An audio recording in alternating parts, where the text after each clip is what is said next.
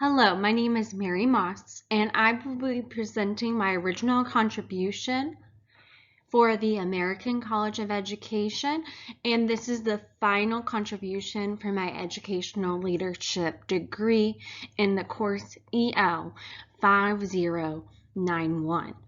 The topic for my original contribution is trauma-informed approach to PBIS.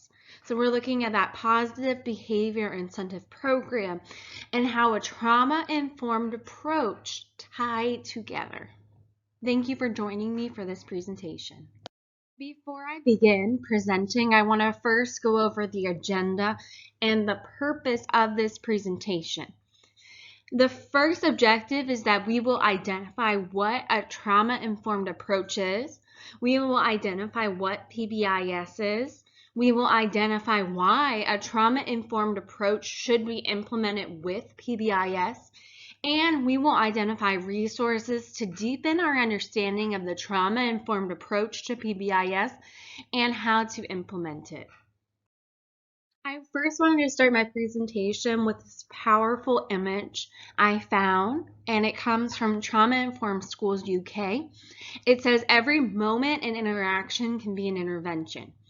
So what we do and what we say has a great impact on our students, and it is critical that as educators, we are informed in how to make every moment and every interaction a powerful intervention.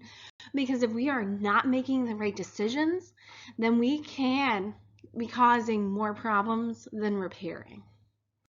The following video I chose to include gives a brief overview of the impacts of childhood trauma and really just paints a great picture to start our conversation on this topic.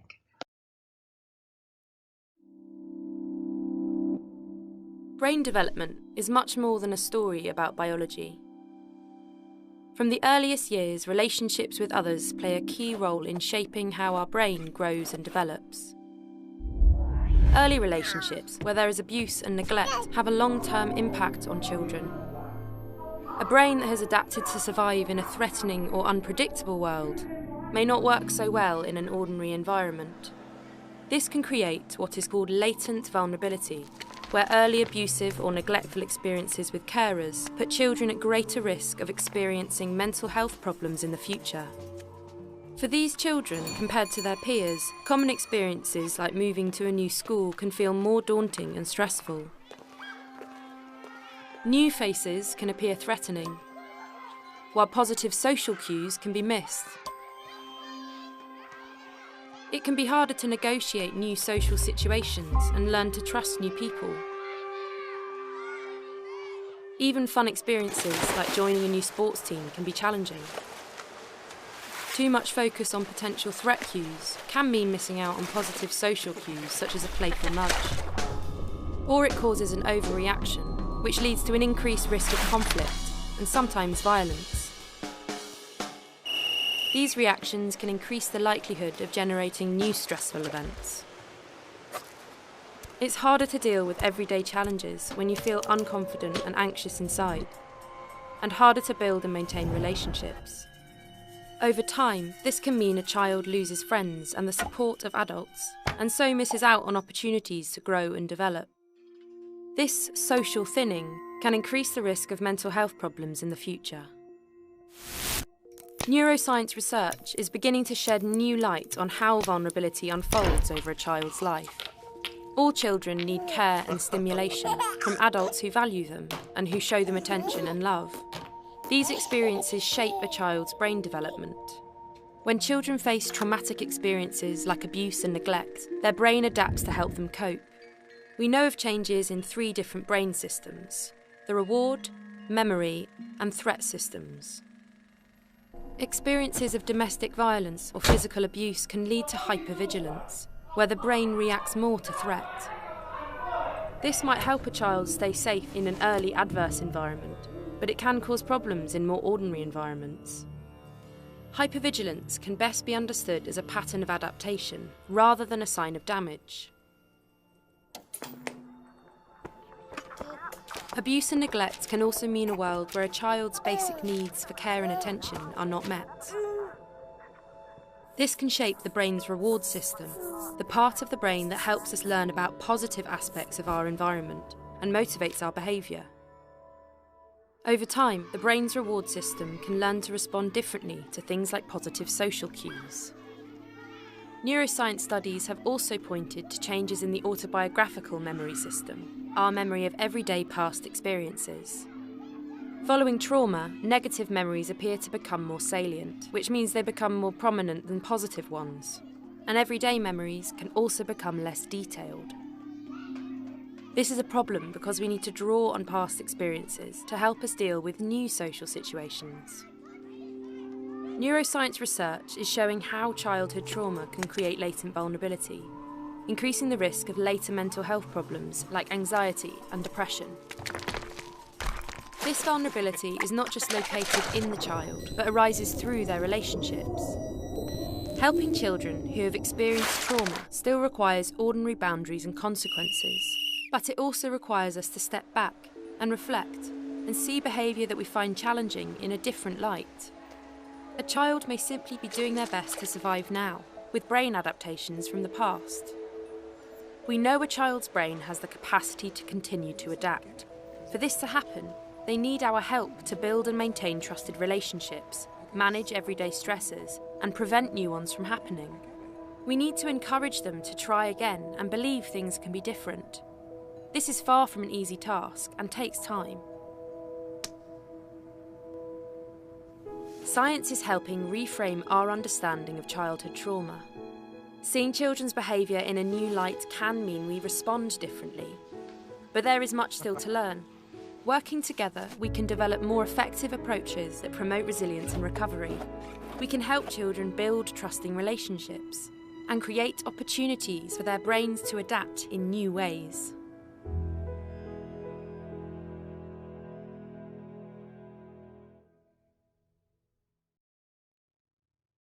So our first point of discussion is, what is trauma-informed? So trauma-informed recognizes the prevalence of adverse childhood experiences, also referred to as ACEs, and trauma among all people. It recognizes that many behaviors and symptoms are the result of traumatic experiences. It also recognizes that being treated with respect and kindness and being empowered with choices are key in helping people recover from traumatic experiences.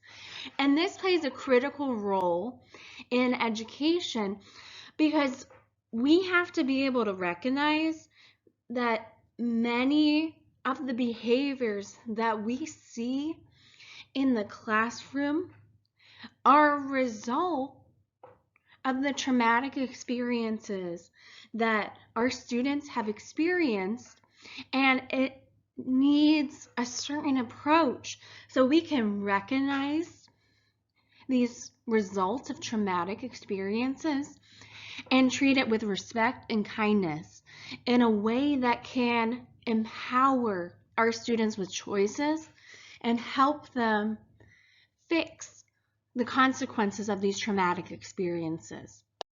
The next topic I would like to cover is, what is PBIS?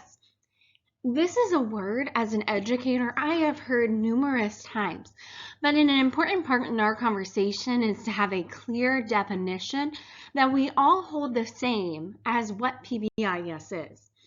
So PBIS is positive behavioral interventions and supports. It is an evidence-based tiered framework for supporting students' behavioral, academic, social, emotional, and mental health. When implemented with fidelity, PBIS improves social emotional competence, academic success, and school climate. It also improves teacher health and well-being. It is a way to create positive, predictable, equitable, and safe learning environments where everyone thrives. So the core of PBIS is that it is evidence-based, and it is supporting our student in many areas, from behavioral, academic, all these skills that our students are going to need to find success in, to be a productive member of society, of our school, and so many other areas of life. I wanted to also include this data piece that comes from the CDC. This is from 2010, and it shows the number of adverse childhood experiences, and then it breaks it out into women and men, and then looking at how many people that were part of this study experienced 1 adverse childhood experience, 2, 3, or even 4 or more. And when we are looking at these percentages, we really see that people are being exposed to these adverse childhood experiences. And we really need to draw our attention to this topic because there's a large part of our population that is being affected by this.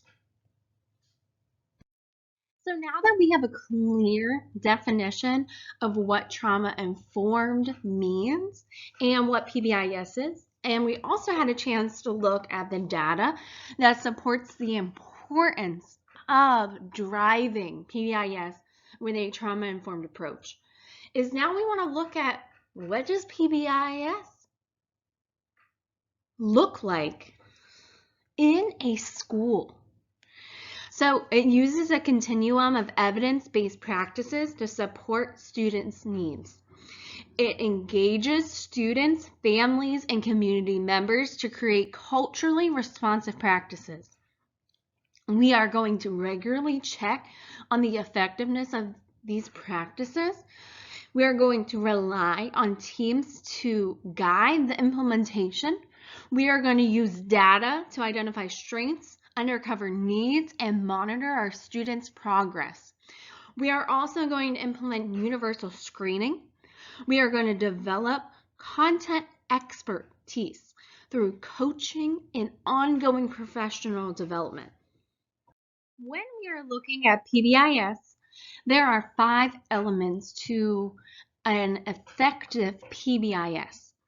So there are systems, equity, data, practices, and outcomes. So these 5 elements play a critical role together. And when we are trying to implement PBIS, we really have to take into consideration these 5 elements.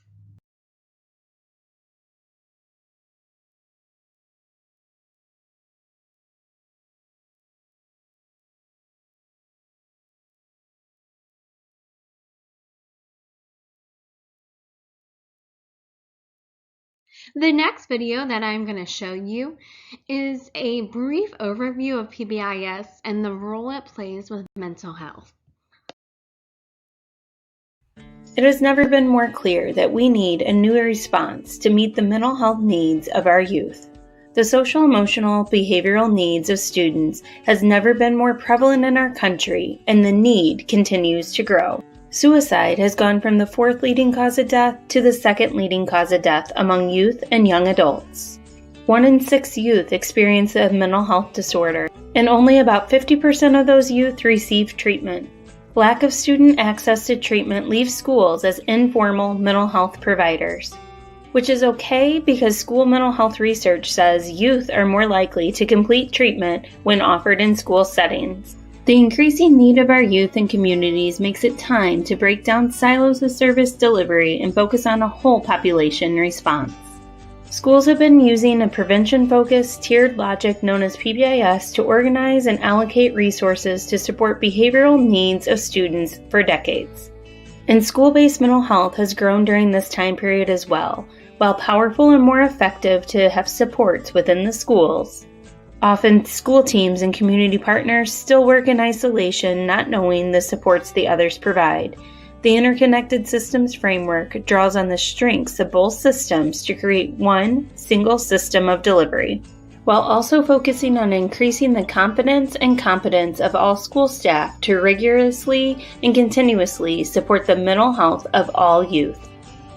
Before we provide enhancements to the current systems, we first need to celebrate the progress that has been made.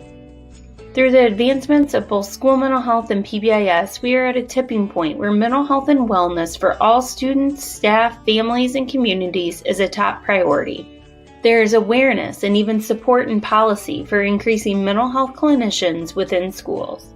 SEL is being prioritized and taught like academics to all students by all staff. There is increasing awareness of childhood trauma and understanding of the impact on learning. While these are huge celebrations, there is still work to be done. Now we need to move our focus to designing our systems to integrate these successes in the most efficient and effective ways. First, we must alter our systems so that we utilize the social, emotional, and behavioral expertise of school and community clinicians on teams, who are selecting evidence-based practices together that align with the need of the community, the resources available, and the capacity to implement.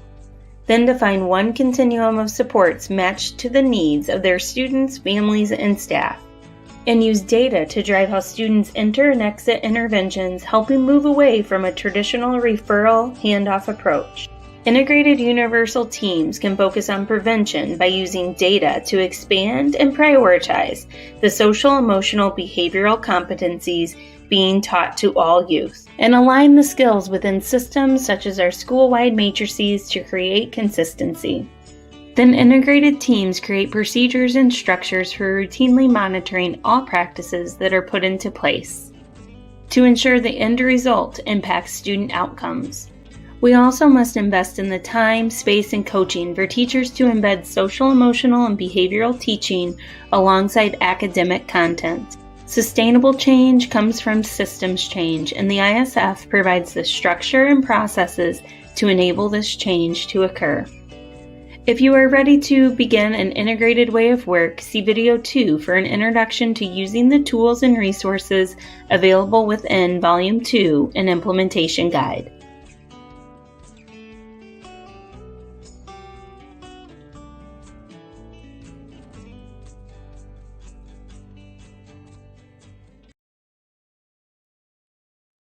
An important element of PBIS is the tiered PBIS framework. So similar to our academic tiers, we are also looking at having a tier 1, a tier 2, and a tier 3 intervention. So our first tier is going to be tier 1. A great way to look at this tier is that it is universal and it is the primary intervention in place. So this is to support everyone. In this tier, we will define positive expectations for the school-wide behavior, what we are looking for as a school. We will explicitly teach the skills that we want our students to demonstrate. Additionally, we will encourage this expected behavior. We will also prevent. Prevention is key. We will foster those family and community partnerships because we know that is an essential step to our universal intervention. The second tier, tier 2, can be looked at by the title SUM. So on average, we should have about 10 to 15% of students in tier 2 because that's the percentage of students that will need some type of tier 2 support on average. This is additional support in practice. It has an increased adult support. There's also additional positive reinforcements in place. There's more academic supports and increased communication between home and school. So in this tier, we're expanding that support network, trying to add some additional positive reinforcement and some additional practice. The last tier is tier 3, which can be categorized as the idea of few. This is intensive and individualized. So this is a small number of students. So 1% to 5% of your student population. In tier 3, we are looking at engaging students in functional behavior assessments and really getting into detail with that intervention planning. So we are going to be coordinating support and then implementing individualized, comprehensive, and function-based support. In this level of intervention, we are really trying to find what is causing these behaviors and looking at them from that function perspective and coordinating the support we need to assist the student. Now we want to talk about how do trauma-informed approaches connect with PBIS? So over the past decade, youth serving systems have increased their focus on childhood trauma and its impact on the mental health of children and youth. We are seeing an increase in student behavior in our schools. And when we tie together a trauma-informed approach and PBIS, there is such an overlap of these core values among these two beliefs that we really can focus on how that childhood trauma is impacting their performance in their school setting and their ability to meet these positive expectations we have for them. Additionally, integrating a trauma-informed approach into the PBIS framework is an example of enhancing the focus on mental health within an existing multi-tiered system, expanding the work of schools and addressing a critical issue that impacts student learning. After the COVID-19 pandemic, we have seen the mental health crisis of our students continue to grow, and the integration of a trauma-informed approach with PBIS is a great way to target this growing need for our student population. Notably, the goals of PBIS and trauma-informed approaches overlap as they are grounded in similar science. So when we have these two areas working together, they are both grounded in that similar science and really can work well together. Trauma-informed approaches and PBIS overlap in their approaches. PBIS helps create a predictable environment for students. A predictable environment can help decrease problem behaviors. When our students have experienced trauma, they are often looking for that predictable environment, and that predictable environment will lessen some of that pressure that can often become a challenge for our students that have had traumatic experiences. The National Survey of Children Exposed to Violence found that 60% of the children surveyed have been exposed to some form of trauma, either in or out of school. What this quote shows is that it is critical that we are preparing staff, administration, educators, paraprofessionals, anyone in the school system to be ready to assist students in working through this trauma in a way that is informed by our best research-based practices. We need to reflect on why it is important to implement this trauma-informed approach to PBIS. So it is important because PBIS is not effectively implemented without building relationships and being culturally responsive and trauma sensitive. If we are going to have the greatest impact in the communities that we serve, there is a need to build these relationships and be responsive to the reality of what our students and their families are experiencing. In order to build these positive relationships, we also need to be aware of the root causes of these situations. There is a strong connection to the success of PBIS when there is an integration of trauma-informed practices. So we are looking for doing what is best for our community, and that is using a trauma-informed approach to PBIS. To end this presentation, I wanted to leave you with some resources where you can deepen your understanding of PBIS, trauma-informed practices, and how the integration of PBIS and trauma-informed practices work hand in hand. So the integration of PBIS and trauma-informed practices is still relatively new. So in finding resources, I did pick some resources that focus on one or the other. And then I also found some powerful resources that showed the integration of the two. Because I feel like when you are reading the articles or information on PBIS or on trauma informed, you will start to see how these two areas really weave together well. So the first resource I included is the Blueprint for Implementation of PBIS. So if your school community has not used PBIS before, or if you are looking for a clear blueprint on how to implement it, this resource is a great place to start. The second resource I included is about integrating trauma-informed practices. So this would be a great article to study in a professional learning community or for school leadership to look at for picking what information they really need to know about integrating that trauma-informed practice with PBIS. Another great resource I have linked is the STAR Commonwealth Trauma-Informed Certification for Teachers. This is just a training where teachers can really get some great information about trauma-informed practices and gain some more confidence in this area.